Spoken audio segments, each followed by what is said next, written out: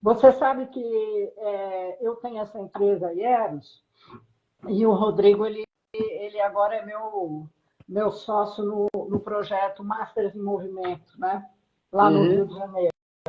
E ele é voltado para a saúde e para a longevidade, tendo como exemplo os atletas masters. Porque nós somos a evidência da saúde e da longevidade, você concorda? Concordo. Então, aí eu estou fazendo todo esse trabalho, que é um trabalho de, como é que é, utilidade pública, porque eu vou dizer, é difícil, hein? Existem, nós sempre vivemos naquela doença e tratamento, né, e remédio, mas nunca se falou de saúde e prevenção. Eu acho que a gente está falando sobre. A gente está entrando numa.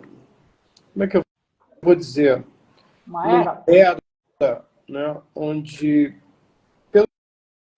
pela própria evolução do estudo de tudo que a gente pode entender como saudável, né, desde, enfim, de todas as atividades, alimentação, essa coisa toda, há uma condição de vida com qualidade, com uma idade muito mais avançada. Então, uma comparação grande, meu pai, ele faleceu com, acho que aproximadamente a minha idade, um pouquinho mais, talvez, entendeu?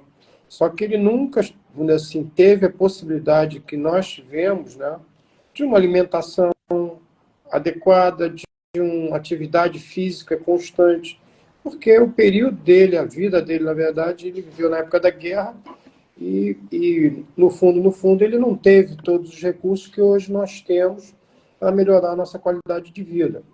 E o que a gente observa é que você tem dois aspectos que eu acho que são aspectos dentro da nossa sociedade que estão gradualmente mudando.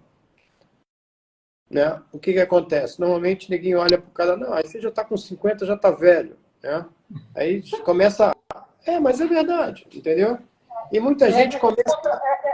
É contra tudo isso, Daniel, que eu faço esse trabalho para também diminuir esse preconceito, essa ideia pré-concebida, né? Sim, essa ideia é uma ideia que muitas pessoas levam para si, de uma certa forma, sem, na verdade, estar naquela condição. Eles ainda têm uma qualidade de vida e uma possibilidade de ainda aproveitar muito, mas eles se sentem reprimidos pela própria sociedade que, de uma certa forma, considera eles velhos. Entendeu? Então, quer dizer assim, é muito interessante quando você analisa os pontos que limitam as pessoas, né? Quando a gente fala de uma limitação, se a gente parar para pensar mesmo, você tem vários tipos, várias situações que vão te limitar. A tua mente não vai te limitar. Se você deixar, ela vai querer que você faça o que você fazia quando você era garoto, porque você ainda tem aquela vontade, aquele desejo de realizar coisas, de ir para frente. Aí a primeira limitação, na verdade, é a tua estrutura física. Se a tua estrutura física não é capaz de seguir a tua mente muitas vezes vai arrumar um jeito de viabilizar aquilo ou arrumar um jeito de fazer o que você está querendo de uma forma que te satisfaça. Então, as pessoas, elas têm duas formas de envelhecer. O fisicamente, logicamente que todo mundo vai envelhecer, existe um desgaste, tá certo? E mentalmente. A gente, muitas vezes, a gente envelhece mentalmente antes de envelhecer fisicamente, né? E muitas pessoas, às vezes, querem levar essa jovialidade, jovialidade, né, para frente, Jovialidade. né? E o que acontece? Com isso, eles acabam conquistando novos limites, né? A realidade é que os masters, as pessoas que estão com mais idade, que estão aí se esforçando, lutando para manter a atividade física que eles gostam, eles estão mostrando que é possível, com saúde, algumas limitações, normal, entendeu? Eu acho que a gente aceita algumas coisas, a gente só não aceita você dizer, você já é inútil. ou você não pode mais correr, ou você não pode mais fazer isso, não pode mais pegar onda.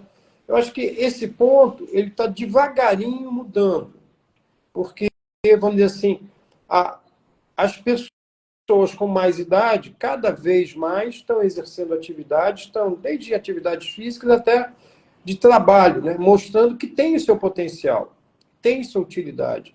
Então, com isso, a sociedade começa a mudar, né? Mas é uma mudança muito mais lenta do que a nossa, que estamos lá na pista, correndo, surfando, voando, enfim, é diferente, entendeu? Então a gente puxa isso e é muito legal esse trabalho que você está fazendo, porque eu acho que tem muitas pessoas com muito potencial que ainda podem produzir muito, tanto para si como para a Olha, sociedade. Daniel, é inacreditável. Você sabe que eu, uma vez por mês, eu faço um programa no YouTube chamado Poder do Esporte. Porque tem várias facetas, né? O esporte resgata praticamente tudo que você possa imaginar, né?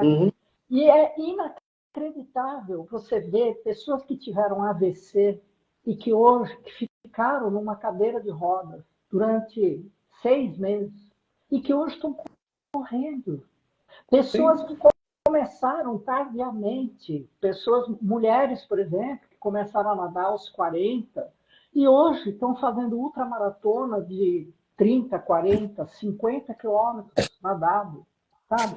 O que eu acho é que faltou o Brasil, você vê que ele já inverteu a pirâmide etária, né? Nós somos hoje um país velho. Sim. Não houve uma política para implantar a saúde para essas pessoas. Você entende? A política não acompanhou. Então, o que acontece?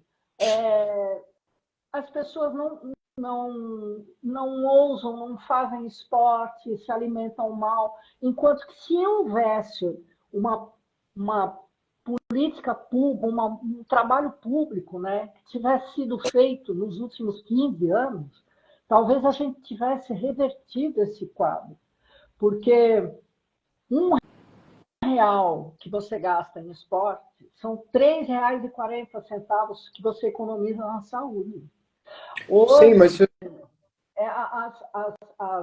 as empresas de assistência médica, Daniel, estão enfocadas. eu acho que a nossa realidade está no fato da nossa. Nós temos, primeiro, excelentes atletas em todas as atividades, Sim, né? sim. A gente tem uma infraestrutura por trás muito precária para a maioria desses esportes, desses atletas com potencial mundial, tá certo? Exatamente. Se a gente, né, eu acho que isso é uma coisa que me incomoda muitas vezes, porque eu vejo vários talentos, né, que conseguem superar, quebrar essa barreira com todas as dificuldades, sem nenhum apoio, muitas vezes, ou com muito pouco apoio, para depois, na hora que eles são campeões, vem um monte de gente apoiar. A realidade é que se houvesse um apoio maior, nós estaríamos desenvolvendo melhores atletas, melhores velhinhos, vamos dizer assim, com mais potencial. Tá certo? Então, quer dizer assim, é um conjunto de coisas que eu não sei em que momento, ou se realmente eles vão parar um minuto para entender que esse investimento ele vai ser um lucro lá na frente. Por quê? Os velhinhos não vão dar problema tão rápido. Porque, na verdade, quando a gente avalia uma situação de uma pessoa de idade, dependendo, logicamente, da situação, muitas delas são pela monotonia de ter chegado numa aposentadoria, numa situação onde são considerados velhos e não tem nada para fazer. Entendeu? Chegou num ponto assim que eu bato muito também. Eu mesmo, eu me preocupo porque eu falo assim, se eu parar de fazer o que eu estou fazendo, o que eu vou fazer? Eu vou ficar maluco. É lógico, eu vou continuar pegando onda, mas eu preciso de uma atividade, eu preciso de uma ocupação. E essa ocupação faz a gente ter a juventude dentro da gente, a vontade, o sonho, o desejo de fazer mais, né? Então, isso é uma coisa que, às vezes, tem que falar, pô, Daniel, você está trabalhando, está fazendo... Eu falei, pô, se eu não fizer, eu não sei o que eu vou fazer, eu vou ficar maluco. Porque, na verdade, eu acho que isso me dá energia. coisa, Daniel, que eu não tinha me dado conta, porque eu sou nadadora, não sei se você sabe. Eu nado em piscinas e águas abertas, Uhum. tá? Eu participo de competição e tudo mais. Sempre nadei, eu tenho 68. Nossa, Maria, não tenho até vergonha de falar quanto tempo eu nado. Mais de 50 anos. Já nadei em vários lugares, né? Por essa São Paulo afora. Mas eu sempre fui uma pessoa assim muito, como é que eu poderia dizer, envergonhada das minhas conquistas, porque eu não era uma esportista olímpica, eu não era, mas dentro dos masters eu sempre tive resultados de excelência, Uhum. né? E com o tempo eu fui escutando, escutando, escutando, e não só eu, depois eu fui perguntando para colegas que tinham o mesmo desempenho, digamos, na natação e em outros esportes, que as pessoas elas se espelham na gente. Nós somos referência, sabe? Então, eu acho bacana isso, porque nada como um exemplo para mostrar para as pessoas que elas podem também, Sim. né? Uhum. Se você pode, eu também posso, ele também pode, é só começar. Não, olha só, Tem que tem algumas achar o esporte pelo qual você é apaixonado. Isso eu tem sempre falo, certeza. né? Eu tive algumas experiências assim que são bem interessantes, porque eu tinha uma escolinha, tenho escolinha, ainda dou aula, né? E Ah, às eu vi, vezes, eu vi. É, então, o que acontece? Eu lembro, isso foi uma das primeiras escolas que eu montei, foi por volta de 78, 79, né? Aí dentro dos alunos, eu tinha uma pessoa com 65 anos de idade. que E o maior legal. sonho dessa pessoa era o quê? Descer uma onda, né? Que maravilhoso. Então, o prazer, né? E o sorriso, enfim, foi o melhor prêmio que eu tive no momento que ele desceu a Exatamente. onda, que ele me abraçou, que me agradeceu. Então, as pessoas, às vezes, e isso aí a gente tem que tomar cuidado com a nossa mente, né?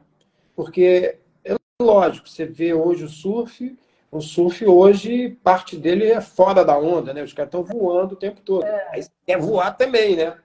Mas a É, realidade, infelizmente, a gente não consegue mais, até pela própria, vamos dizer assim, tecnicamente falando, o surf evoluiu bastante, né?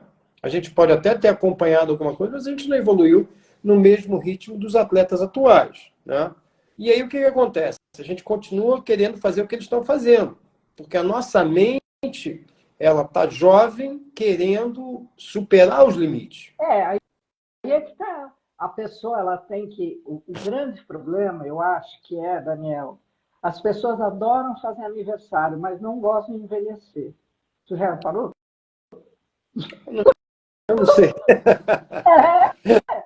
Então, como é que a pessoa faz aniversário e não quer Não, eu envelhecer? Ela tem que aceitar o caminho do envelhecimento, não, né? E Fabiane, os olha só, limites.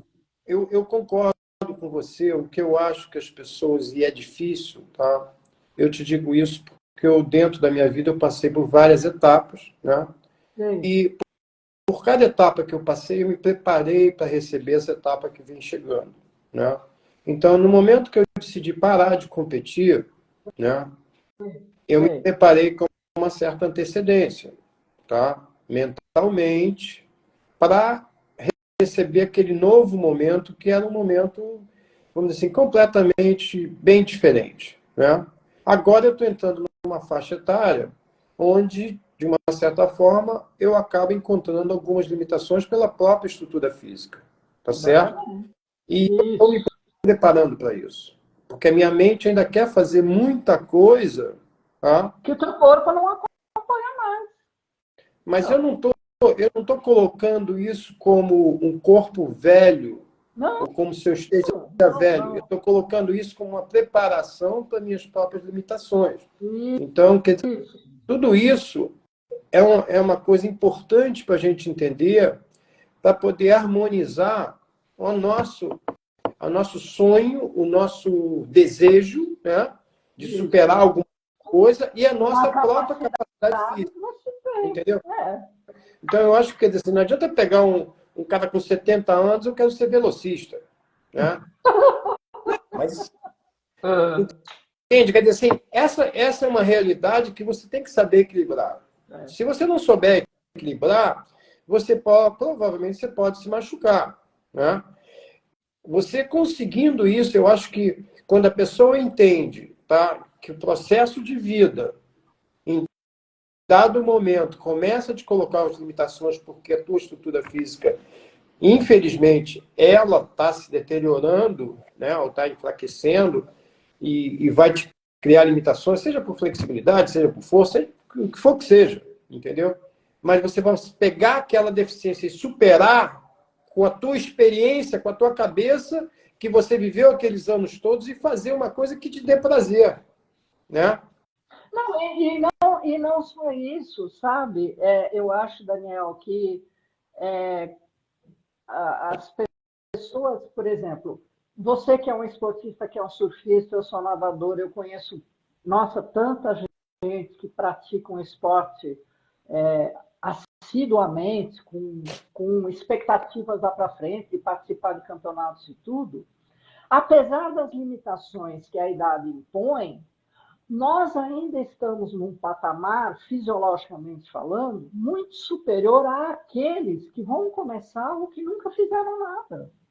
Mas eu acho que aí é um ponto também importante a gente reforçar, que essas pessoas que eventualmente hoje têm a oportunidade, seja por questão de tempo, assim, está aposentado, eu não sei, tá? Mas resolveu pegar uma atividade esportiva para se dedicar a ela, eu acho que ele ainda tem tempo e tem condições de fazer um bom trabalho e conseguir o objetivo que ele quer. Porque, na verdade, cada um coloca uma meta para chegar. Então, não adianta você querer ser campeão olímpico e começar agora para daqui a 5 anos estar na Olimpíada. Também, enfim, você pode tentar. Eu não vou dizer que é impossível. Eu não vou dizer que é impossível. Tudo é possível. Né? A gente não pode partir do princípio que é impossível. Se a gente partir do princípio que é impossível, a gente não sai de casa. Entendeu? Então, quer dizer assim, eu acho que a nossa mente, ela desde a infância, né, ela nos traz desejos, vontades e expectativas para atingir alguma coisa que naquele momento a gente não está atingindo. E ela não deixa de fazer isso quando a gente está velhinho. Né? Esse ponto é o ponto que você deve estimular, porque isso é vida. A vida existe no desejo de mais alguma coisa, de poder ir para frente. Então, esse ponto...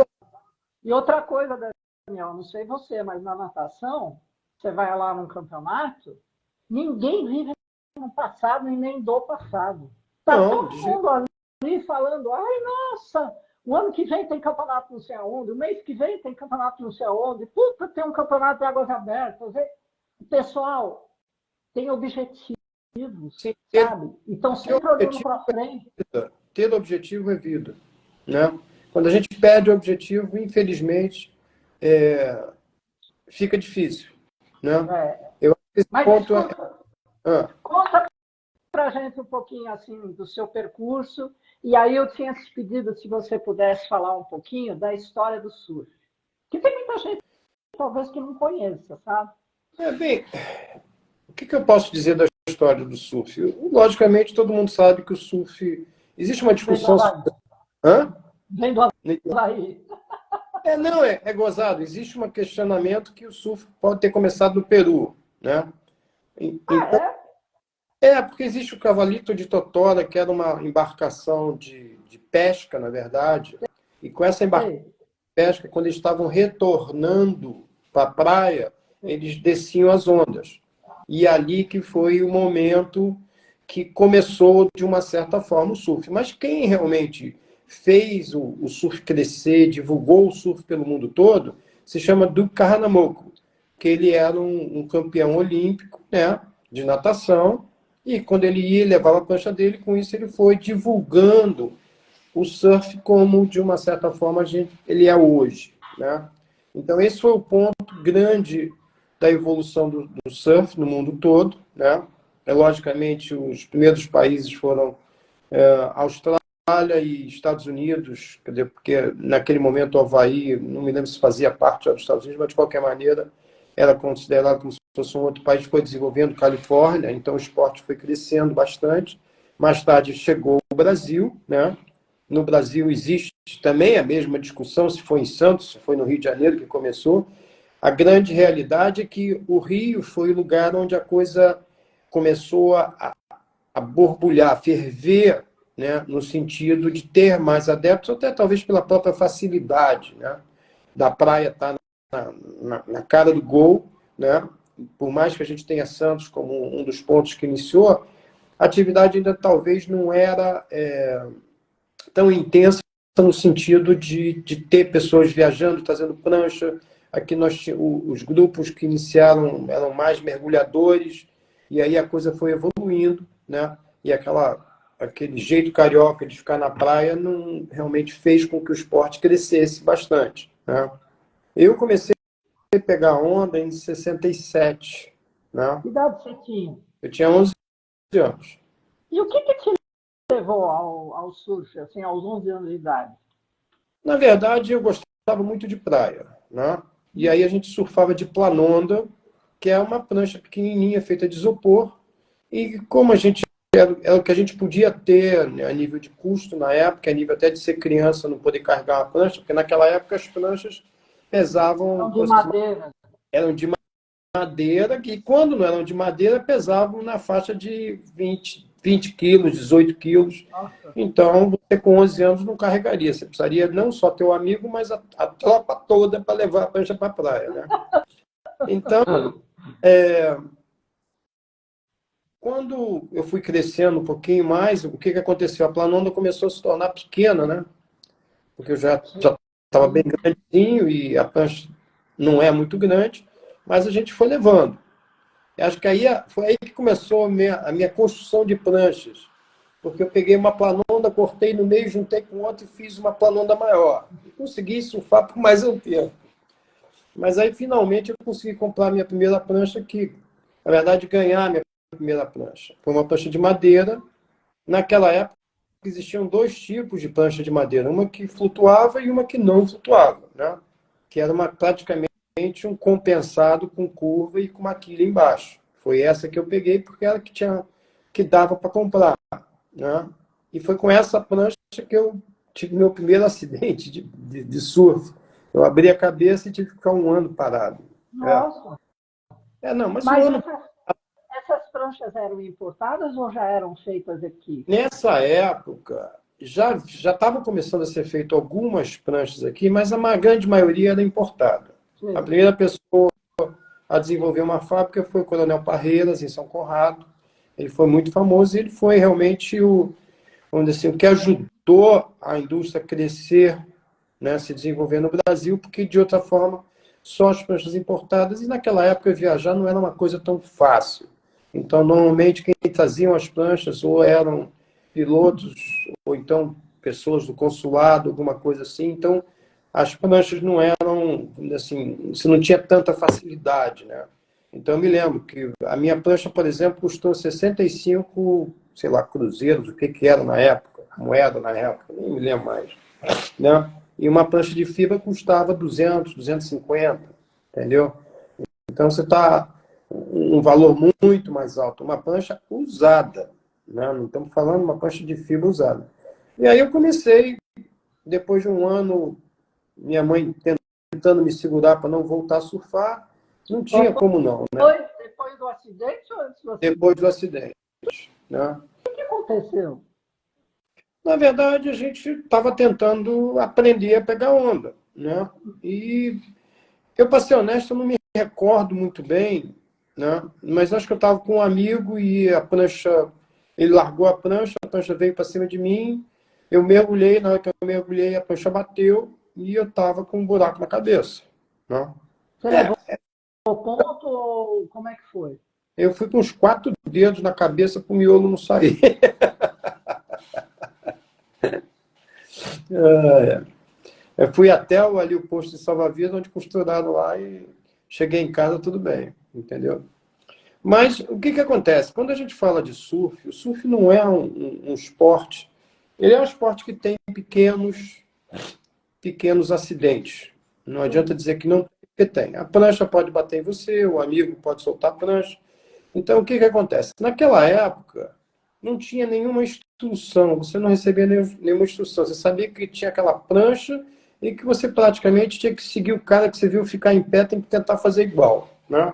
Tinha, Então, tinha lá o slash já? que nada. Você nadava até a beira, toda a onda que você caía. Então, você imagina, né? E o que acontece? Com a falta de conhecimento, tudo que a gente estava aprendendo, né? Logicamente você fica mais exposto aos riscos, né? Sim. E mesmo assim, o meu risco foi esse. Depois, só muito mais tarde, eu tive um incidente, mas um incidente normal, corriqueiro, onde você caindo de uma bicicleta ou tomando um tombo em algum lugar, você vai se arranhar. E nada, nunca foram coisas muito graves, tá? Elas podem ser graves? Lógico, podem ser graves à medida que você entra como um leigo e não tem nenhuma noção de como as coisas podem acontecer, né? Então, com a evolução do esporte, com a evolução das escolinhas, com a evolução do aprendizado, o estudo do movimento, tudo isso, você hoje tem a capacidade de ensinar e fazer com que a pessoa aprenda com muito menos risco, né? Então, isso a gente não tinha. A gente não tinha quem seguir. A gente não tinha quem dizer assim, ó, bota o pé ali, bota o pé aqui. A gente olhava o cara lá, vamos lá. Olhava a foto na revista, é assim.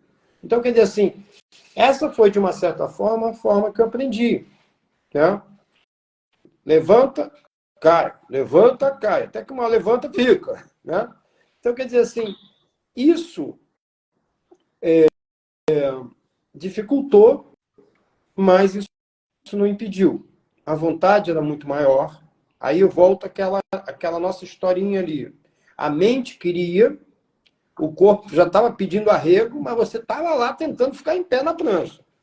Então, quer dizer assim, hoje, eu diria o seguinte: se a pessoa quiser aprender, ela tem condições de, primeiro, aprender mais rápido, segundo, aprender com mais segurança, tá?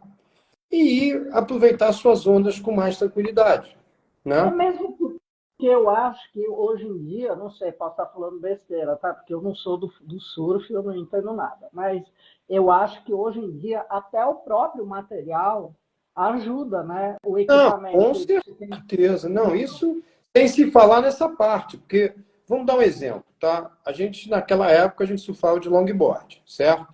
O Sim, longboard, ele mede 2,70 m, 3 metros, né? Pesava na faixa de 15 a 20, 22 quilos, dependendo do estado da prancha.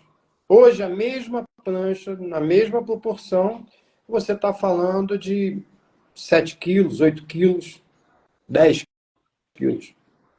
Nós estamos falando de 15 a 20. Ou seja, a pancada de 15 a 20 é bem maior do que uma pancada de 7 a 10. Né?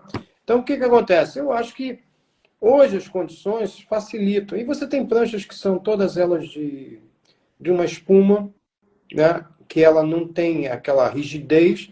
Ela vai te dar um impacto? Vai, mas vai ser um impacto talvez sem um dano de corte, ou talvez mais como se tivesse tomado uma travesseirada de uma brincadeira de noite. Né? Então, quer dizer assim, eu acho que hoje as condições para você aprender, para você ensinar, tanto que hoje você pega uma criança com 5 anos, ela já está dentro d'água. Né?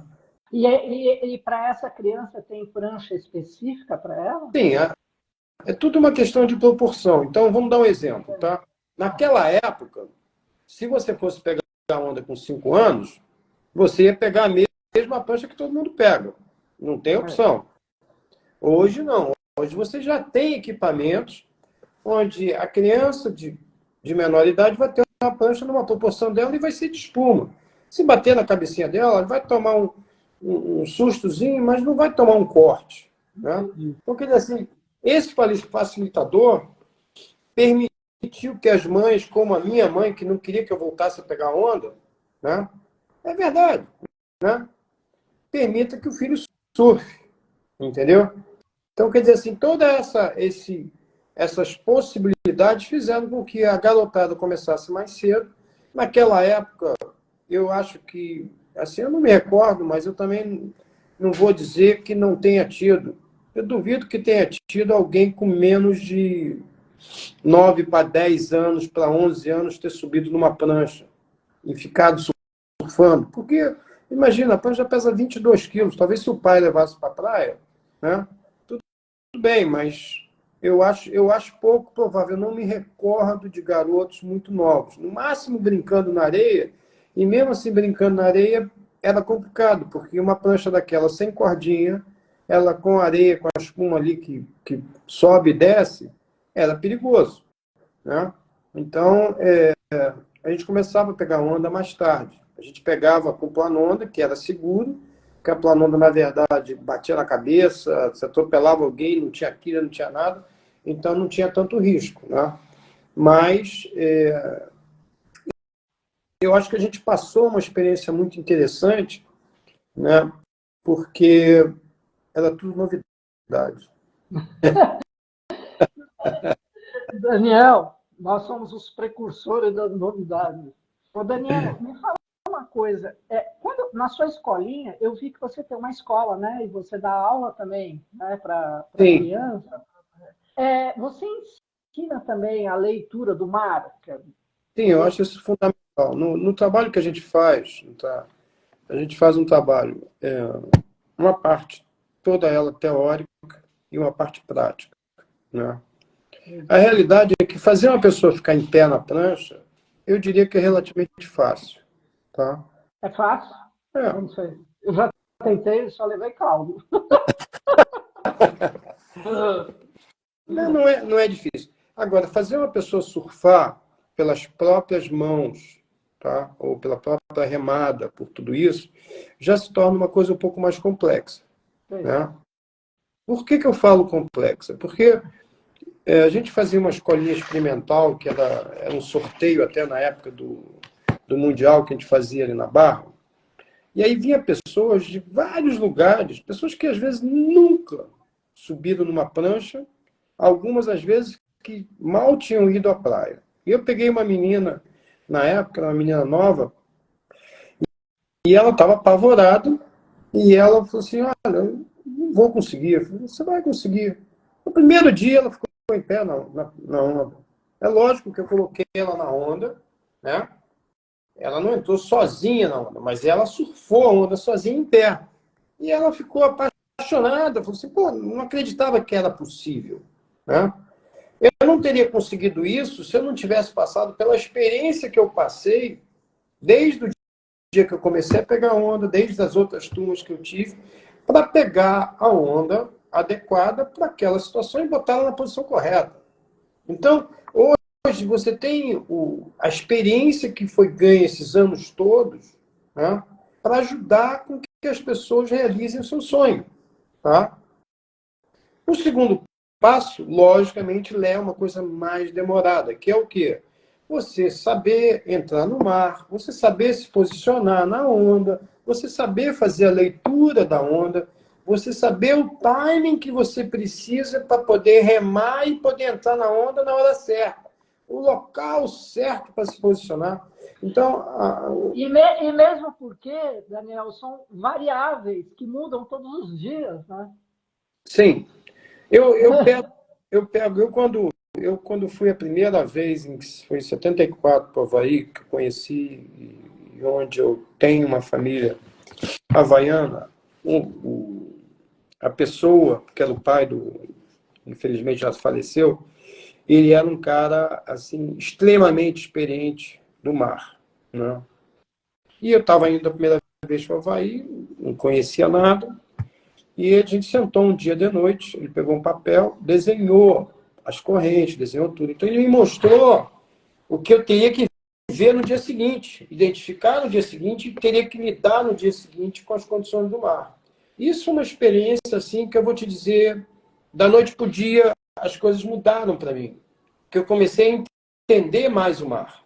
Uma coisa é você, o vento está vindo, né? A onda está ali. A outra é você olhar e começar a entender toda a movimentação de água que existe para poder aproveitar melhor o teu dia. O que eu falo para meus alunos é o seguinte: surf é usar a energia do mar a seu favor. Isso. Muito legal. Por quê? Porque se você for brigar com o mar, você não vai fazer nada. Vai brigar 2 horas, daqui a pouco você cansou e o mar está lá, ó, te castigando. Então, esse é o ponto fundamental que eu friso muito nas pessoas. Por melhor atleta que você seja, por melhor preparo que você tenha, dificilmente você vai superar a energia do mar. Né? Ela é constante e ela vai aumentando a intensidade ou diminuindo a intensidade, e você, independente de qualquer uma das duas situações, você vai cansando. E ela não vai cansando. Né? Então, esse é um ponto que eu trabalho muito com os alunos, para eles entenderem. Não adianta você ser cabeça dura. Entendeu? Você tem que usar a tua cabeça.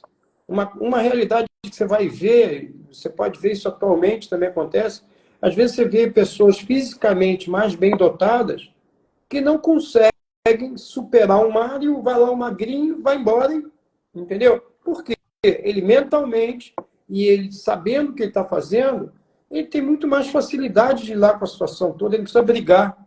Né? Então, esses são os pontos que eu trabalho para as pessoas poderem entender e poder aproveitar melhor o surf. Um prazer que eles querem do surf. Quantos alunos, mais ou menos, você tem atualmente, assim, na sua escola? Na Tem muita gente. verdade, eu não trabalho com muitos alunos. Tá? Tá. A gente fala de escola, tá? Você imagina, logicamente, um grupo de alunos, um monte de gente. Eu trabalho com 2, 3 pessoas sempre, tá? Entendi. Por questão de segurança, né? Sim. Então, assim, todos nós temos uma limitação. Então, um professor com 2 alunos, segurança praticamente total. Com 3 alunos, você já começa a correr o risco. Então, normalmente a gente trabalha com 1, 2 alunos, o terceiro está na areia, alguma coisa assim, tá? Então, não são grupos grandes, tá? São grupos de, no máximo, 3 pessoas por professor, tá certo? São aulas marcadas, enfim, a gente está reestruturando o trabalho para o verão, deve mudar, vai ter algumas novidades para o verão, tá certo? Mas é basicamente assim que eu trabalho. Existem outros lugares que trabalham com um número maior de alunos dentro d'água. Eu não gosto. Né? Eu, na verdade, dava muito mais aula particular do que uma escola. Né? Eu tornei uma escola depois que eu trouxe outros professores para trabalharem comigo e aumentei um pouco o grupo de alunos, mas sempre limitando a 3 pessoas, por questão de segurança. Daniel, tem uma pessoa aqui que está assistindo, ele tem 71 anos, e ele foi campeão mundial de downhill, sabe aquelas bikes? É um esporte de biruta, sabe? Maluco. Eu adorava. Pega aquela bike lá e desce, no meio das pedras, no meio das coisas. Meu Deus do céu, o homem é... Bom, aí cada maluco tem o seu negócio, né? Aí ele está perguntando, fez 2 perguntas. É mais fácil equilibrar na prancha ou na bike? Bom, para você vai ser na bike, né, Tavares? Agora, você dá aula para alunos master? Acho que sim. Lógico. 73 anos completos. Acabou de me corrigir. Com certeza. Vai ser um prazer, não tem problema. Uhum. Eu acho que eu vou tentar realizar o sonho de todos aqueles que quiserem surfar. Seja ele pegar uma onda, cruzar. A gente conversa muito, e que eu conversei nas palestras anteriores que eu fiz, quando é surf acima dos 50. O mais importante é você ter o prazer de estar ali e realizar. O surf tem características, e vários esportes têm características similares, mas a situação do surf eu considero uma situação muito particular, né?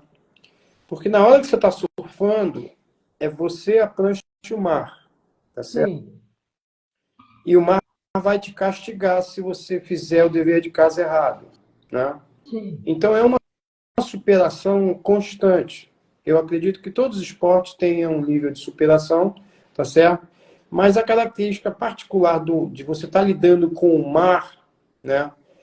Que o mar não tem, tô com peninha, não tem essa, né? Ele te cobra uma, como é que eu vou te dizer? Ele te cobra uma superação constantemente, a todo momento, seja ela na hora de remar, seja na hora de... Então, é diferente, né? E ele está sempre em movimento, então você tem que estar sempre atento, né? Então, são coisas que eu acho que contribuem com a tua vida cotidiana se você ganhar a interpretação do movimento todo. Bom, parece que você foi o primeiro estrangeiro a vencer na Austrália, é? O primeiro campeonato profissional, sim, em 80, né? E Que, na verdade, como é que você se sentiu? olha, eu me senti muito bem, mas é o tipo da coisa, eu sempre tenho metas, né? E aí, quando você atinge a meta, você coloca uma nova meta pela frente, né? Então, esse foi um ponto que sempre me acompanhou na época que eu estava competindo, tá certo? Eu, naquele momento, eu me dediquei ao máximo e conquistei o resultado, e quando eu conquistei, eu não sabia nem exatamente o que eu tinha conquistado.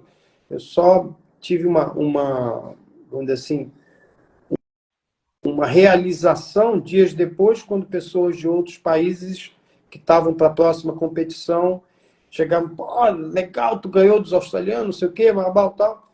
E aquilo foi uma emoção que, na verdade, ela foi acontecendo depois, porque a gente tinha esse campeonato e logo depois a gente tinha um outro.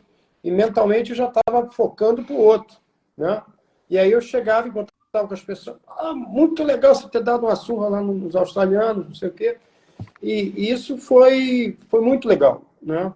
Mas, como a gente fala, a gente vive hoje. Aquilo já tinha sido, já tinha passado. A gente tem que viver o próximo. Daniel, sobretudo eu acho que outra dificuldade, não sei, posso estar enganada, na época era o estigma, né? Não tinha essa áurea que hoje tem, Não, né? olha só. É que as pessoas hoje, quando você imagina hoje o surf, como tem hoje, como ele remunera hoje, é uma coisa que não vou dizer que seja jogador de futebol, mas está indo muito bem, tá certo? Então, naquela época, para você viajar, para você querer competir, para tudo isso, por mais que você ganhasse os campeonatos, você ia botar dinheiro do bolso. Tá? Então, quer dizer assim, os números que envolviam o esporte profissional naquela época, o surf profissionalmente, ele começou em 70, assim, como circuito, ele começou em 75 para 76, tá certo? Existiam alguns eventos que davam uma premiação, ninguém achava uma premiação boa, era US$ 5.000, US$ 10.000, entendeu? Tudo bem, o dólar na época era um valor a mais, mas mesmo assim, quando você fala sobre o horizonte de hoje, ele está longe disso, tá certo? Então você pagava para viajar, né? Independente de você tinha patrocinador. O Brasil foi interessante, que o Brasil, em dado momento, a gente tinha patrocinadores fora do esporte, patrocinando a gente. No meu caso, eu tive a Brahma, né? E quando você chegava lá fora, os caras não entendiam, porque eles, na verdade, o máximo que eles tinham eram patrocinadores de shorts de surf, de marcas de surf. E isso foi uma coisa muito legal. O Brasil, por mais que a gente tenha chegado... Eu não acho que a gente chegou tarde. A gente chegou num momento que é do nosso momento também, né? Gente, o momento estava Chegou preparado para bem. isso. A gente chegou bem. E a garra do brasileiro, ele fez com que a gente evoluísse rápido, né? O evento no Brasil, o primeiro evento que foi em 76, 75 foi uma uma tentativa e 76 foi o primeiro evento. Fez com que o surf no Brasil crescesse muito, né? E que os atletas que não tinham condição de viajar, e naquela época, nós estamos falando que você tinha que depositar $1.000 para ficar para o governo para poder viajar, né? Então, quer dizer assim, essas pessoas que tinham até um bom potencial, elas não tinham a oportunidade de ter o intercâmbio que o Campeonato Mundial gerava aqui, né? Então, quando a gente viajava, a gente tinha informações que a gente trazia para cá, né? Mas, na verdade, você tinha informação. Quando você trouxe o campeonato para cá, você trouxe todas as informações para aqueles dias de campeonato que você poderia acompanhar e, acima disso, você desenvolver. Para pensar que naquela época não tinha professor de surf, não tinha, entendeu? Essas escolinhas, tudo isso foi acontecer mais tarde, tá?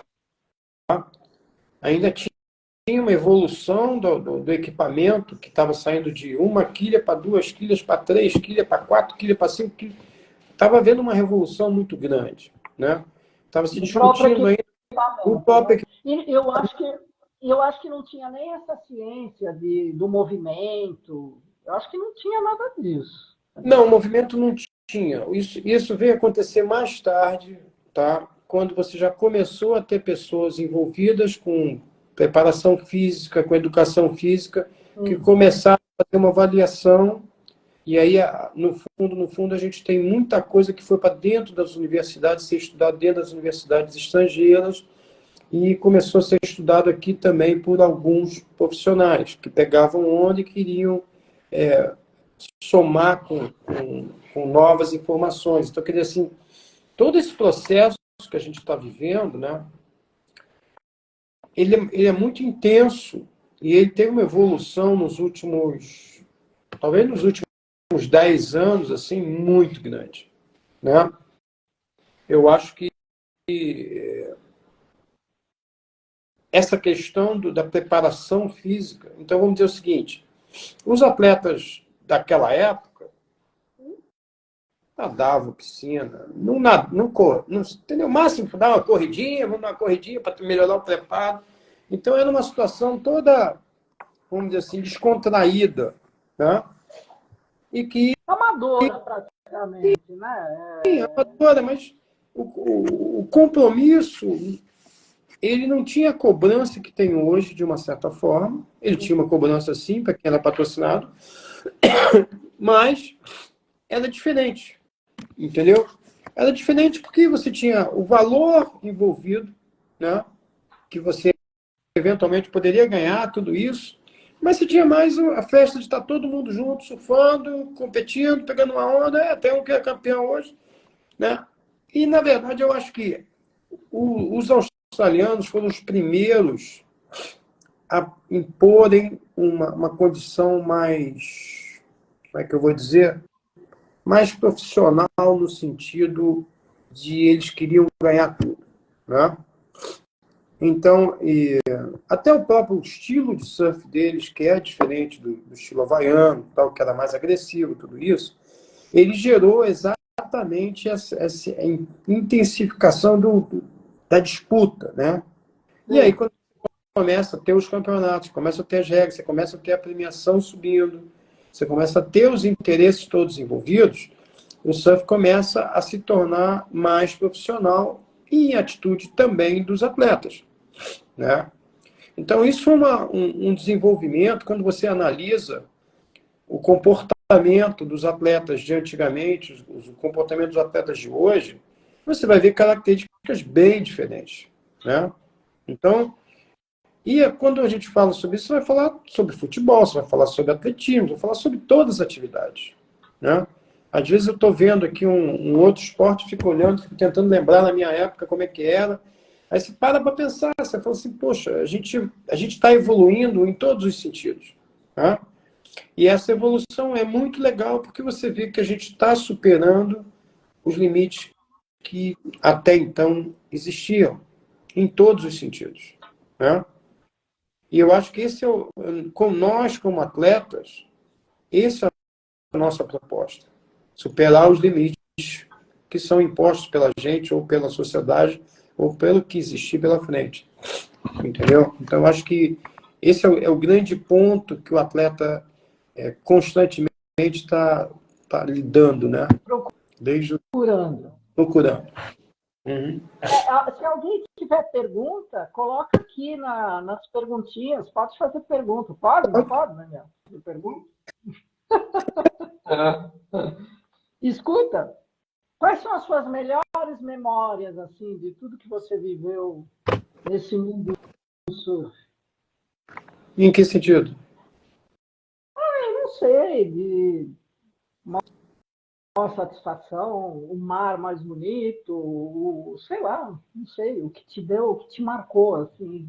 Eu diria que eu tenho vários momentos que marcaram, desde momentos simples de reencontrar pessoas até encontrar um lugar perfeito de onda. Enfim, o surf é uma coisa assim, você na procura das ondas, né? E isso é uma realidade que a gente sempre viveu e principalmente a gente viveu com muita intensidade, porque naquela época não tinha Google para você, ali tem um lugar de onda, ali tem isso, não tinha site de informação de mar, não tinha nada disso, né? Você pegava uma estrada e dizia assim, olha, vamos ver se tem onda ali, né? E a gente ia, se tivesse, tinha, se não tivesse, não tinha, né? Então, quer dizer assim, a gente teve assim vários momentos, eu tenho alguns momentos, se a gente falar sobre um momento assim que ao mesmo tempo é gozado e ao mesmo tempo é preocupante, né? A gente estava na África do Sul e a gente estava Alô? voltando. África do Sul, eu não sei porque eu lembro de um animal. Tinha, esse cara estava lá, ele estava lá. Aí o que acontece? A gente estava voltando e a gente estava procurando uma praia que ninguém tivesse pego onda, alguma coisa assim inédita, né? Aí finalmente a gente passou numa praia, a gente olhou umas ondas, tinha umas ondas, não estava alta a onda, mas tinha umas ondas boas. Aí legal, nós éramos 4, né? E aí, vamos para dentro da água. Aí todo mundo fissurado foi, eu continuei arrumando minha roupa de borracha e tal, botei a roupa de borracha, beleza. Aí, entrei dentro da água. Quando eu chego lá fora, eu falei, cadê todo mundo? Aí tá ninguém gritando lá de fora, o tubarão lá dentro. E aí, vocês saiu correndo? Saí correndo. Acabou a nossa aventura de uma praia sem ninguém. Vocês entenderam por que não tinha ninguém naquela praia, eu acho. Tinha Não, gente, só que não naquela água. época, nós estamos falando sobre 70 Isso foi em 76, 75 ou 76, não me lembro direito. Ainda, o surf, você dirigia vários lugares com ondas sozinhas. Entendeu? Então, quer dizer assim, eu tenho memórias de passar pela Rio Santos e não tem ninguém pegando onda, não tem nem em casa. Maresias, que hoje é um lugar super cortado. Eu parava o carro Isolado, em cima da areia e nada. não tinha ninguém, entendeu? Então, quer dizer assim, essas coisas são momentos inesquecíveis, vários momentos inesquecíveis, que nunca mais vão se repetir, entendeu? Eu vou lá, conheço várias pessoas, o lugar é lindo, o mar tal, mas você nunca mais vai ver aquela praia, né, do jeito que Do foi. jeito que você viu. Nem o próprio Rio de Janeiro, entendeu? Às vezes eu fico um pouco triste porque a gente tem uma beleza natural tão grande, né? E o ser humano, admirando ela, destrói ela, né? Então, quer dizer assim, essa preservação que hoje muita gente cobra é uma coisa que talvez quando ela comece a chegar num ponto saudável de realmente se preservar, já esteja a maior parte destruída, entendeu? Então, quer dizer assim, a última vez, por exemplo, que eu fui ao Havaí, o lugar que eu morava, que eu curti, eu falei, é aqui? Estava cheio de casa, estava cheio de construção. Eu falei, eu abri o mato para olhar o mar, entendeu? Então, quer dizer assim, essas situações são situações que eu tenho dentro das minhas viagens de surf que não vão se repetir. Não adianta nem eu querer voltar lá para lembrar, porque eu não vou lembrar, porque aquilo lá já não é mais o mesmo lugar, entendeu? Então, quer dizer assim, eu acho que o ser humano precisa entender o quão importante a gente tentar preservar. Eu sei que não vai ser possível, mas tentar preservar e não ser tão ganancioso no sentido de, ah, tem que construir, eu tenho que fazer isso, preservar, porque aquilo ali, o Rio de Janeiro e outros locais, vários outros locais, a beleza está naquela natureza que tem. A hora que ela começa a perder toda a natureza, ela passa a ser um concreto, como vários outros lugares existem no mundo. Deixa de ser a natureza. Deixa de ser a natureza. O Rodrigo está perguntando, ele mandou uma perguntinha.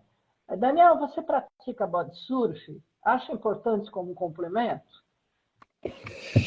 Olha só, dentro de parte do treinamento que eu dou na escolinha, eu ensino e a gente vê como é que a pessoa se comporta. Eu não considero a cordinha uma segurança, tá? Então, vamos supor que você perca a prancha, tá? Logicamente, você tem assim, a instrução de como lidar com aquela situação, mas você saber descer uma onda de peito pode mudar tudo isso.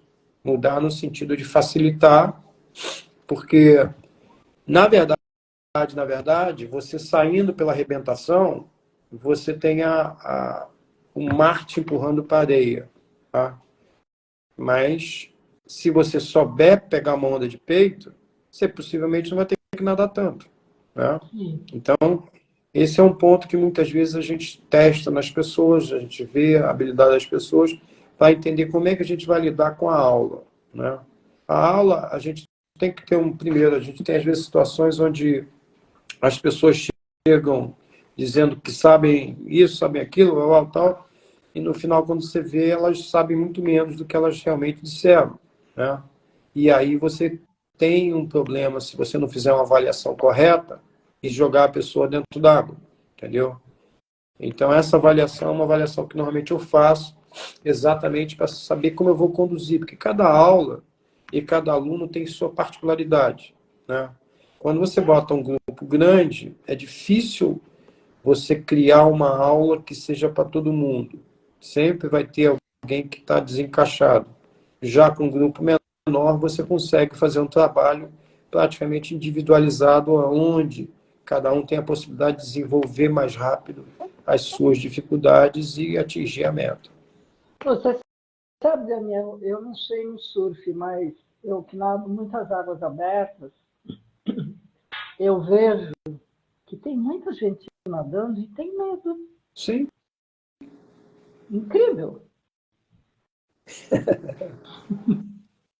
Você acredita que tem gente que pega a onda e não sabe nadar? Acredito. Eu catei o ano passado um homem que estava no meio de uma. A gente estava no meio de uma competição, e eu vi que esse homem entrou em pânico. Mas entrou em pânico, assim, pânico, sabe? E o cara estava se afogando. Aí eu não estava vendo lá o salva-vidas, catei o cara e gritava com ele, porque a pessoa que afunda também, né? É verdade. Sabe o que aconteceu com ele? Por que ele entrou em pânico? Por quê? Porque ele viu um bicho no fundo do mar. Aí eu falei, mas cara, porra, você vai entrar no mar e você não vai querer ver bicho? Tem tartaruga, tem peixe, tem raia. Mas ele deve ter viajado achando que era do tubarão atrás dele. Eu não sei. Mas o cara entrou, aí finalmente veio lá o cara com o salva-vida lá, catou ele, levou ele para a praia. Esse homem ficou sentado na praia ali, olhando para o nada, uns 20 minutos, em estado de choque. Quando você pega. Vamos imaginar o seguinte: nós dois vamos lá assistir o Tubarão agora? O filme Tubarão? Não, vamos. Tá? Aí de manhã eu vou lá te pegar na tua casa, vamos dar um mergulho na praia. Correto? você está com o teu subconsciente, aquela informação do filme que você acabou de ver, né? E você está no habitat do nosso amigo, né? Então, o que que acontece? Às vezes, tá? Você traz aquela imagem para você, para dentro de você, está guardada lá, em dado momento, você entra naquela história. Eu vou te dar um exemplo, tá? A primeira vez que eu fui para Fernão de Noronha, a gente teve a oportunidade de mergulhar na Baía dos Golfinhos. A gente mergulhou. Hoje em dia não pode mais mergulhar. E eu mergulhei. Eu não gosto muito de usar pé de pato, né? Até porque me incomodava. Aí eu usei a máscara e mergulhei. Beleza. Aí eu estou mergulhando lá, olhando os golfinhos, tal, não sei o quê. Eu vi que não tinha mais nenhum golfinho. Aí, de repente, eu olho um negócio lá no fundo. Eu juro, eu vi a cara do nosso amigo lá. Tá rindo? Eu vi a cara dele lá. Não deu outra. Eu gritei e saí nadando para a lancha, né? E aí, nesse caminho, eu tinha que olhar para trás para ver se o nosso amigo não estava atrás de mim. Então, você começa a imaginar o quê? A cena do tubarão, do filme Tubarão. Você está entendendo? Então, é tudo uma questão que, às vezes, você está, talvez, até nadando descontraídamente, né? E você entra naquela pilha de uma coisa que você viu ou que você ouviu, e aquela imagem faz com que você se desespere, entendeu? Mas o mais importante é você ter consciência do que você está fazendo, porque está escrito você na... Olha, eu estava pegando onda, ainda era novo, né? Deve ter sido 60 e... 68, foi antes dos 70, tá? Nós estamos no arpoador, final de tarde, de verão, água morninha, uma delícia. Aquele final de tarde que vai escurecendo, passando, não vou sair dentro d'água de jeito nenhum. Beleza. Aí eu entrei dentro d'água. Aí eu estou sentado lá fora. Naquela época tinha muito boto que passava na ponta do arpoador, né? Porque às vezes você confundia boto, achava que era tubarão, mas se parasse para olhar, você via que era boto. Aí eu fiquei sentado. Ah, aquilo é boto. Aí fiquei olhando. Aí falei assim, isso aí não é boto, né? O boto tem o jeito dele de nadar e o tubarão tem outro jeito de nadar. Então ele via lá, circulava, voltava, tal. Eu falei, peraí, esse bichão aí não tá com cara de ser boto. Aí eu gritei e fui para a beira. Todo mundo saiu. Eu era mais novo, era garoto novo ainda, devia ter, sei lá, 16 anos, 15 anos, não lembro. Aí tinha um cara que era um cara reco, né? Ah, que nada, você viu? Você não viu nada, isso é uma tartaruga, era um boto. Eu falei, faz o seguinte, cara. Se você tá tão macho assim, vai lá e entra dentro d'água, né? Aí foi ele lá, né? Mostrar que era macho. Olha, não deu 2 minutos. Ele saiu, não ficava nem em pé na areia. Então, quer dizer assim, entende? Se eu tivesse uma reação, eu já vi uma reação de ninguém gritar que tem tubarão, o cara remar para alto mar, de tão desesperado. A realidade é que você tem que, no mar, você, como eu falei lá atrás, você tem que usar a cabeça.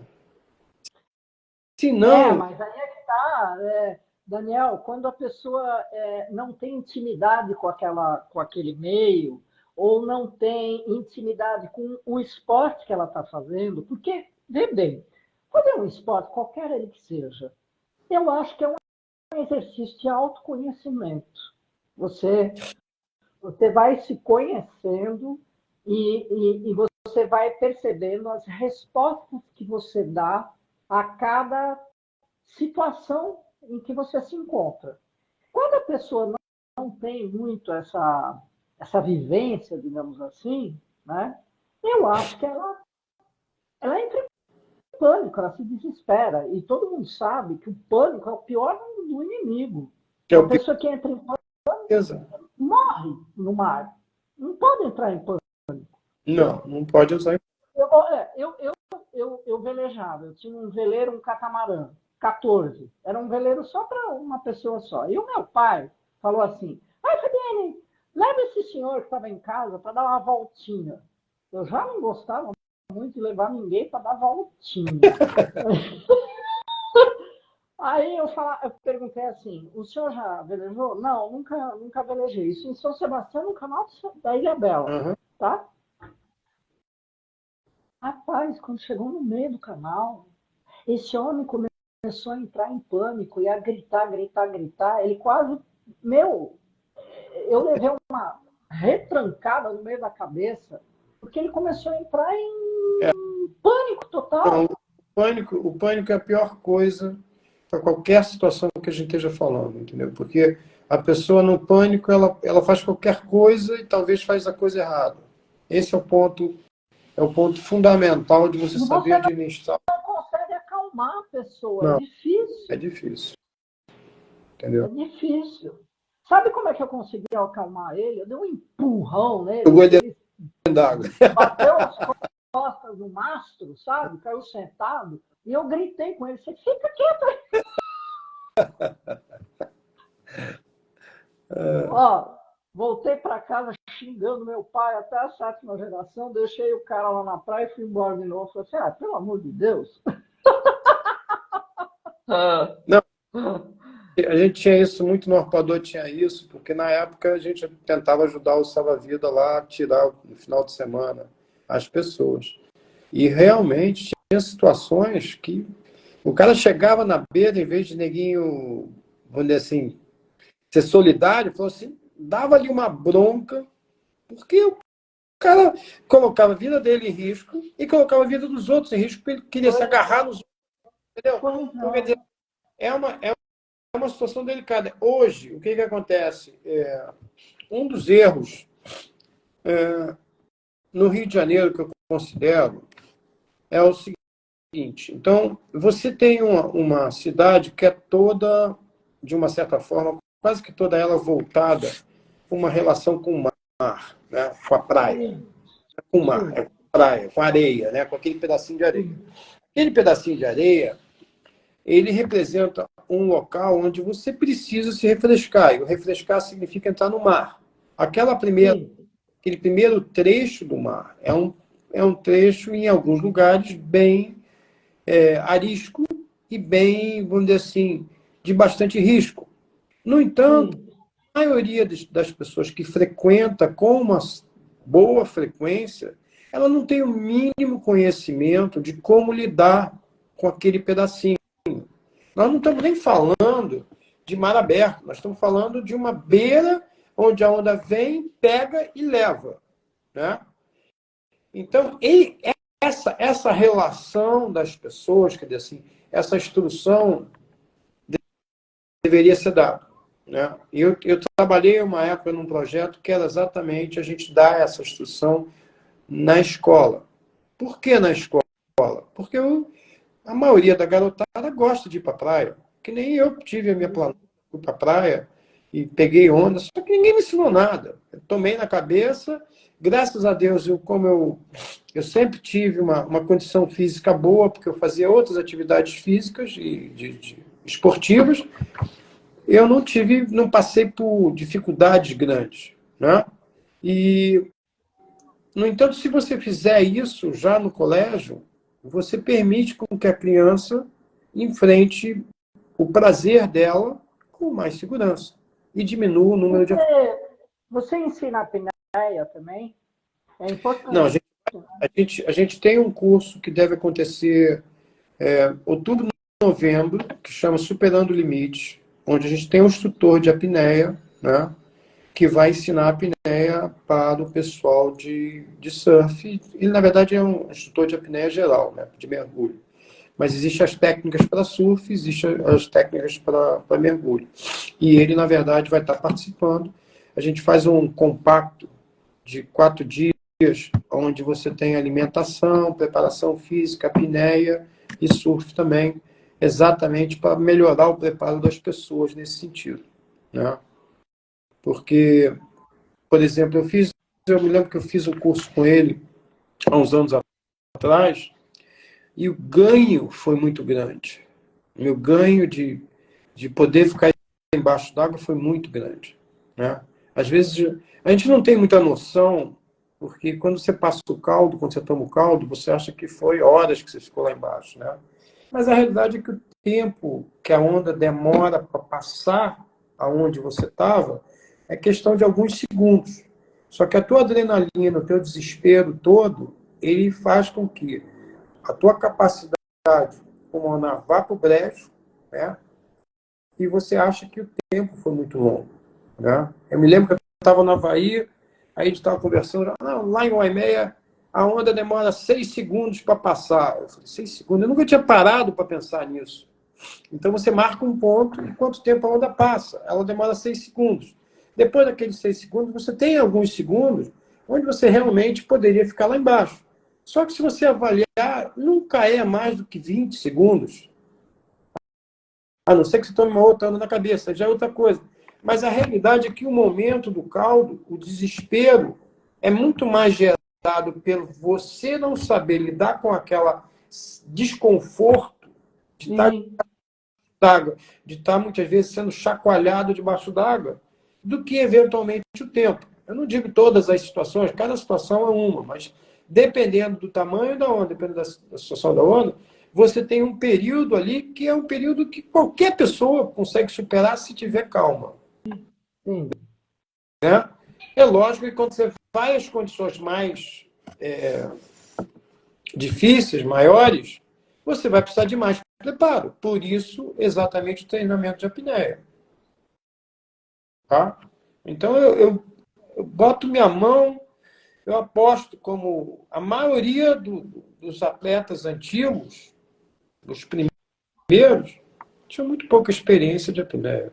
A não ser aqueles que eram mergulhadores, tal, que já passavam com uma experiência de estar debaixo d'água por mais tempo. Mas os outros, não. Ninguém pegava pelo prazer, tomava um caldo. O prazer era tanto que esquecia do caldo. Né?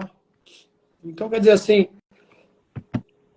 com a evolução, você hoje treina uma pessoa para ficar 3, 4 minutos debaixo d'água. Entendeu? Até mais do que isso, na verdade. Então, Eu fiz uma live com uma mulher excepcional, chama Carol Maier. Ela foi 7 vezes recordista mundial de apneia. de apneia. Ela fez quanto tempo? Não, mas é profundidade. Sei. Mas ela E desceu. depois, eu não lembro, mas ela, sei lá, muita coisa. Não, quando o cara Mas falou. o que mais me impressionou foi que ela ganhou o Guinness Book, porque ela ficou em apneia estática na piscina. Você acredita quantos minutos? Quantos minutos você acha que ela ficou? 7 minutos. Multiplica por 2.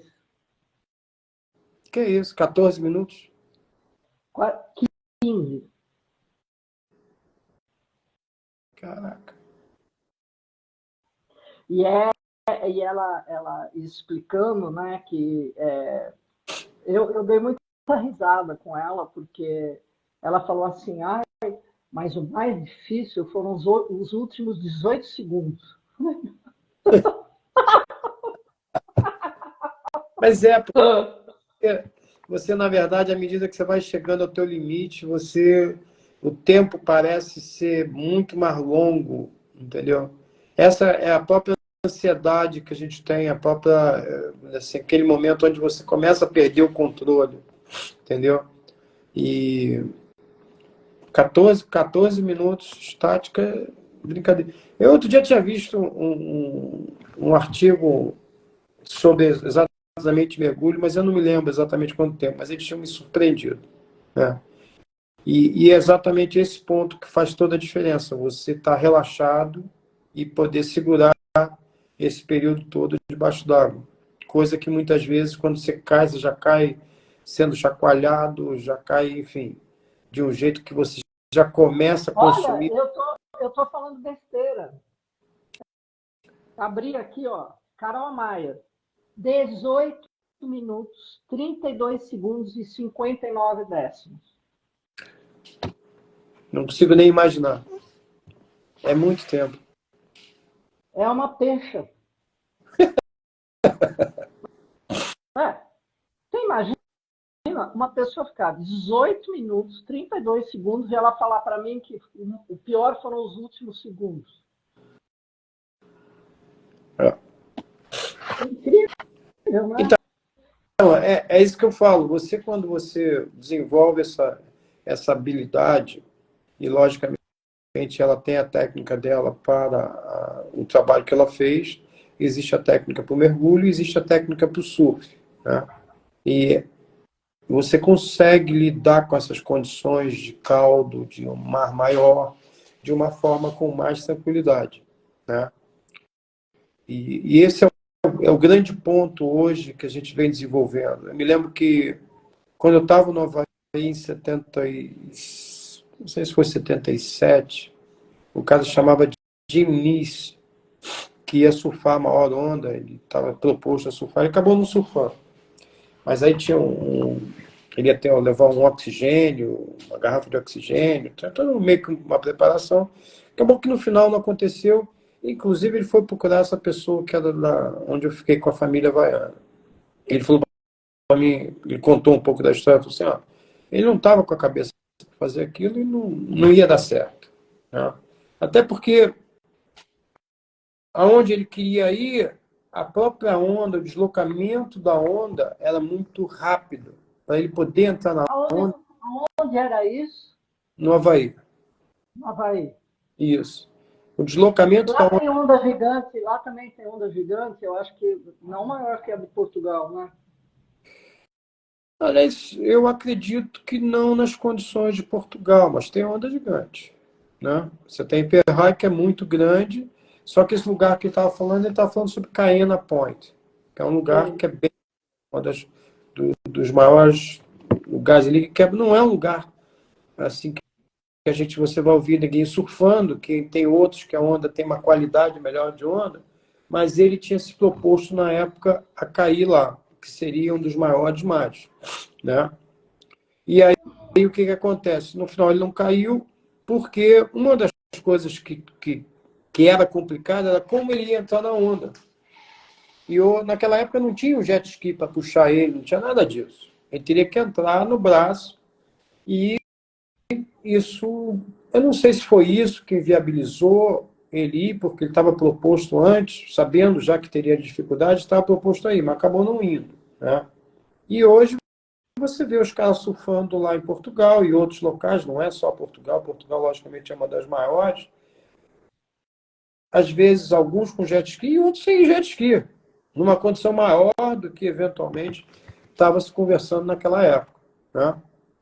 Então, houve uma evolução, assim, geral, na preparação física, no equipamento, na avaliação das ondas, em tudo isso. Então, o que antigamente era o IMEA, que era o maior de todos, né? O IMEA ainda é respeitado pelas condições de um IMEA pelo todo histórico, mas Nazaré é maior, mas é uma onda diferente, são condições diferentes. Então, cada situação ela requer um respeito e requer uma preparação, né?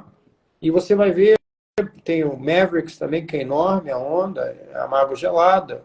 Aí você tem na Irlanda, os locais da Irlanda. Então, tudo isso, hoje os caras se preparam. Teve filmagem do cara surfando onda lá no Alasca, né? Das geleiras, no Ártico. Então, o ser humano está realmente tentando Fazendo superar coisas incríveis. incríveis, tá? E isso é a mente que diz, olha, vamos tentar fazer. E aí o cara começa a estudar para como ele vai fazer e finalmente, né, ele acaba fazendo pelo fato de ter feito o estudo correto, né? Sim. Qual é o preparo físico hoje para um atleta de surf? Ele faz musculação, ele corre, ele nada? O que ele faz de complemento? Até Você está para um se atleta, resguardar um pouco de lesões, né? você está falando um atleta de ponta ou um atleta normal? Vamos falar do atleta normal, que todos nós somos. Vamos dizer o Não, mas seguinte, a gente, né, recomenda, né? Eu diria o seguinte, é recomendável que ele faça um pouco de natação, tá certo? Logicamente, no caso dos masters, devem fazer uma musculação, tá? A Sim, proposta da musculação é muito mais resistência do que força. sim.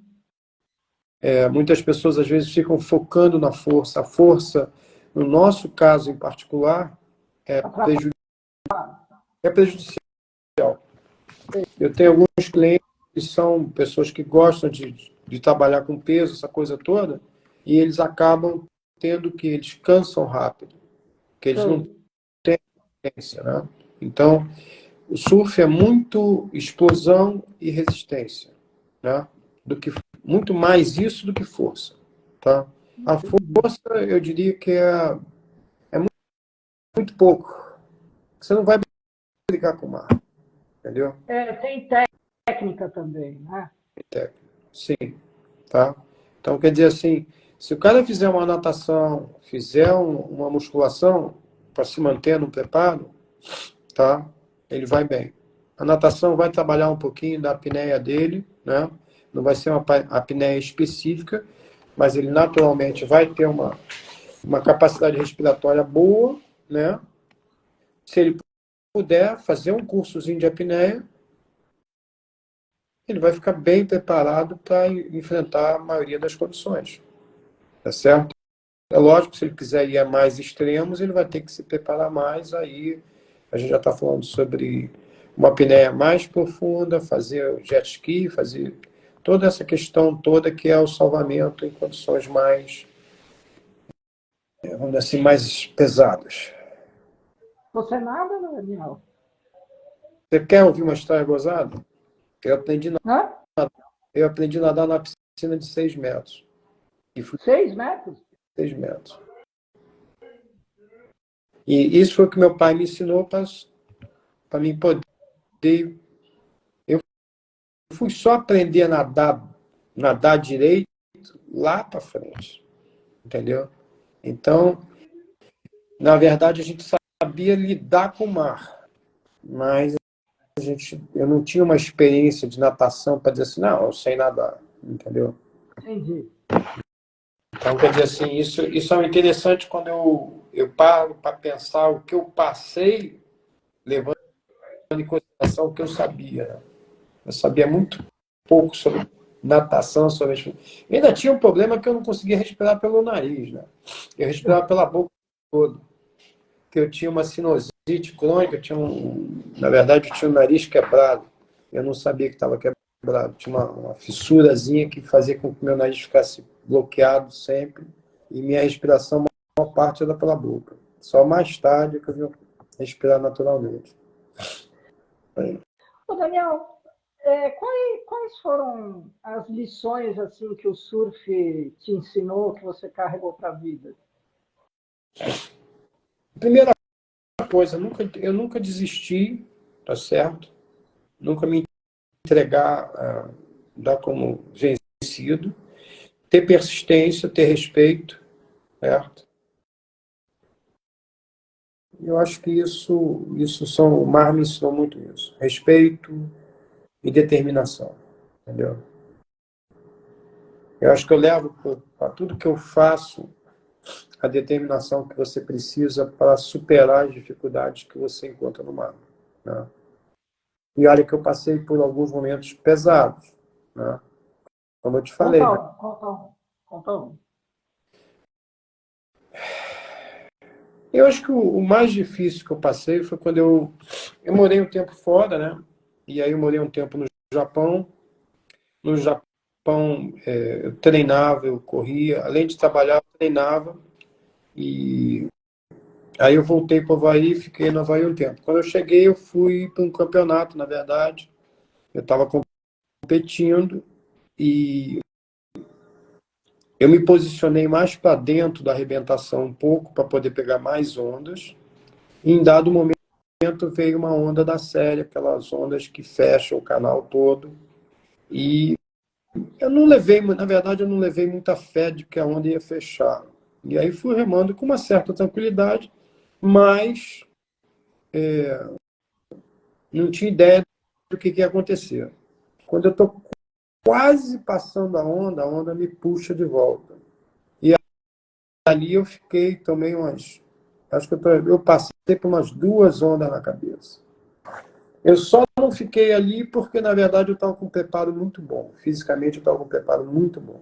Na hora que eu subi a superfície, não tinha nada. Por acaso, tinha uma prancha que nem era minha do lado, que eu agarrei ela e falei, essa aqui que eu vou ficar. É tu mesmo. E aí eu falei assim, como naquela época não tinha cordinha, né? E a gente tinha o direito de ter um caddy, que é um cara que teria uma segunda prancha de reserva. E esse cara não estava numa área onde não quebrava a onda. Eu consegui chegar a ele com a outra prancha e voltei para o campeonato. Porque, enfim, falei, se não morrer agora, não vou morrer mais. Então, fui de volta e passei minha bateria. Né? Mas foi uma sensação bem desagradável. Porque da forma que eu fui jogado, foi ruim. Né? E da forma que eu fiquei lá embaixo, sem esperar. Né? Quando você espera, você está preparado. Eu não estava preparado. Como eu estava com um preparo físico bom, eu consegui superar as dificuldades de falta de ar, de estar subindo, e já veio outra onda e tudo isso. E eu dei a sorte também de que na hora que eu subi, tinha uma prancha próxima que eu pude usar essa prancha para pegar a minha prancha de volta. Entendeu? Então, quer dizer assim, esse é o ponto mais da minha história, talvez o mais difícil que eu passei no sentido de risco, né? Risco de onda mesmo. Daniel, quando foi que as mulheres começaram a surfar?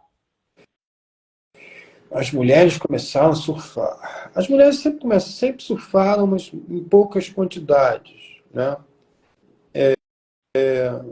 A gente tem a Fernanda, né? Tem uma grande amiga também, a Aninha, que a gente até viajou junto.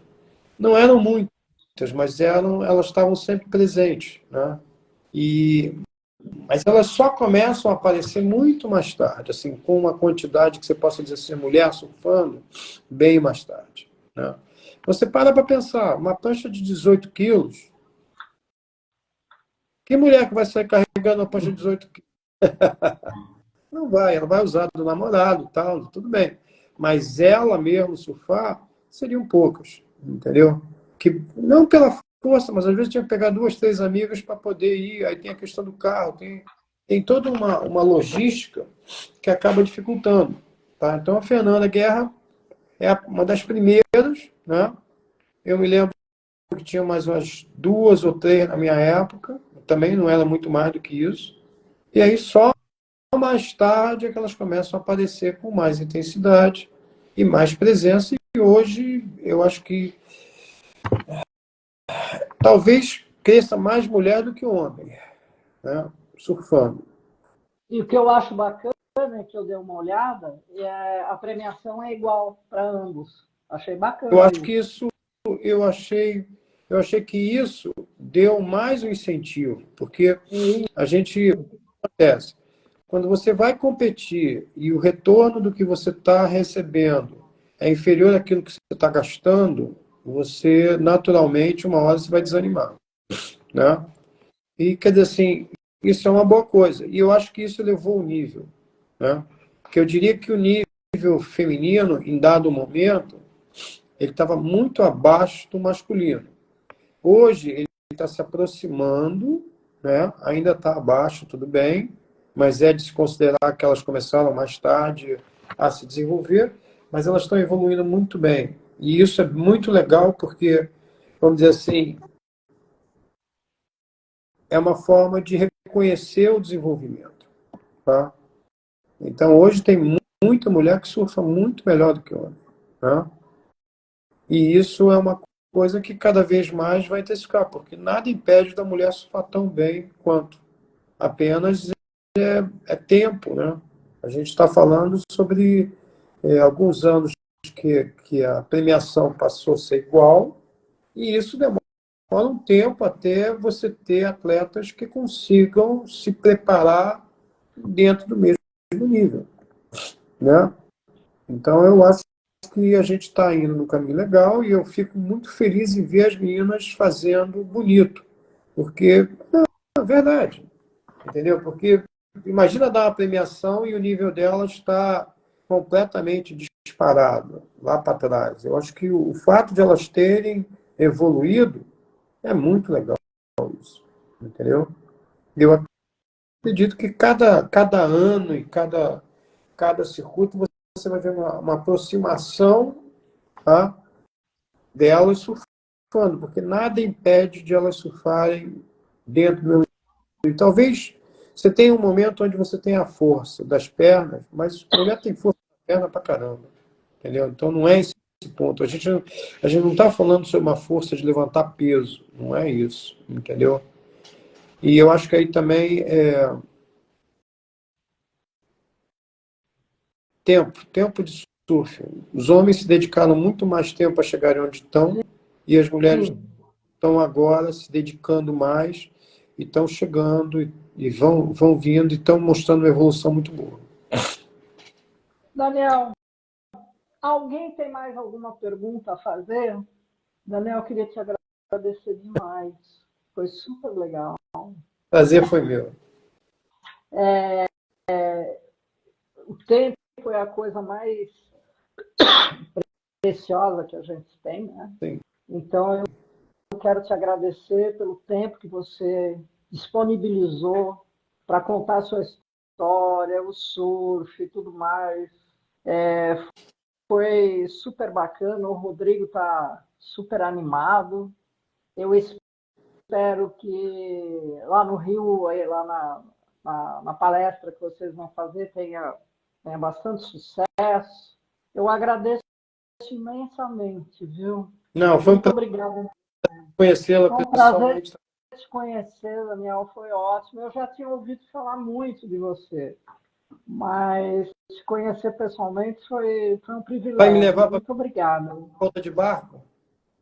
Hã? Vai me levar para dar uma volta de barco? Eu prometo que eu não vou Vamos! gritar. Se você entrar em pânico, eu te jogo.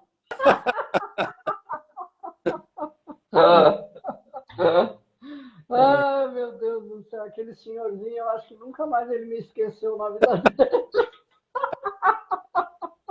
Eu não sei se ele ficou traumatizado com o barco ou com eu que joguei ele no Master, que eu sentado e eu gritava com ele, coitado.